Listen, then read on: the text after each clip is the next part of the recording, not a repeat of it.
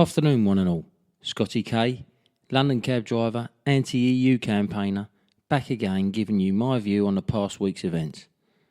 So, the Donald. Now I can't believe we are still going on about what he said. Whether you agree with it or not, just what does it have to do with us? It was said by an American presidential candidate in America to the American people about America's immigration policies, America's borders, and America's security. What's the problem?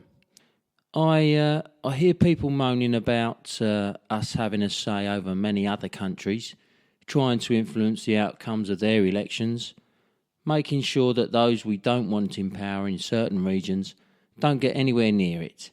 And now these same people want to do the very same to America and Trump. They'll call him a bigot and say they hate him and want him banned because they don't share his views. Well, the meaning of a bigot is a person who is intolerant towards those holding different opinions. I mean, how ironic is that?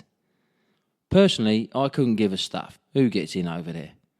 Let the American people decide who they want to run America. Perhaps we should be paying a bit more attention to our own politicians. What happened to the expenses scandal, for crying out loud? And what about our ever-rising debt? They keep talking up our economy, but is it really all it's cracked up to be? France has just declared a state of economic emergency, and China's on the downturn, so I reckon we'll be in for a bumpy ride this year. Anyway, back to the debt. So, if we default on all our loans, what happens? Will Britain be repossessed? And if every country refuses to pay back its loans, who, ultimately, will end up with the debt? Surely it will all end up with just one person. Would it not therefore be best for every country to do this and start again, start afresh? Maybe the people of the world could have a collection and all put in £1 each to give to the bankrupt fella at the top of the lending chain. You know, to help him get back on his feet maybe. It'd be great for every country to start again and wipe the slate clean. Maybe a few more countries could start up their own health service. Instead of relying on our own National Health Service. It's an easy mistake to make. Now, as far as I know, we do not own the patent to the NHS system. So why aren't other countries creating their own health services? Perhaps they can see the spiralling costs and the way it is so easily abused by those not eligible for it. And again, you get these people moaning about how we should help and treat everybody.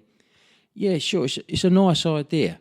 But those of you in favour of treating all and sundry from around the world that have made no contribution towards it whatsoever must realise that you will be the ones responsible for the demise and downfall of the health service. You are playing right into the hands of those who say how expensive and how easy to abuse it is. The very same reasons they give for wanting to get rid of it altogether. Ultimately denying us, the very people it was created for. The NHS is the best thing we've got. I'd hate to see it go the way of manufacturing and many other things. Luckily, global warming has meant a mild winter so far, or we really would be in the stuck. It is the greatest and fairest system in the world. And don't think they won't rid us of it, just so they can stop migrants abusing it. They are, after all, now talking about ridding us of certain benefits so migrants can't get them either. Surely the best way to deal with this is by leaving the EU. Hopefully, it will all collapse soon anyway. I saw recently on the Britain Stronger in Europe, or BSE page, that 1 in 10 jobs rely on EU trade. Wow! That's 9 in 10 jobs that don't. Now, these companies that trade with the EU do it for one reason and one reason only, and that's profit. So why aren't they paying for it themselves, rather than a proportion of the 90% taxes that have nothing whatsoever to do with it? I bet many of these companies try to avoid paying their fair share of corporate tax too, meaning we're paying for their profits and shareholder incomes twice over. It's a bit of a piss take, to be honest with you. Right, on that note, I'm going to finish, but I'll be back again, same time, same place, next week. Until then, be safe and be lucky.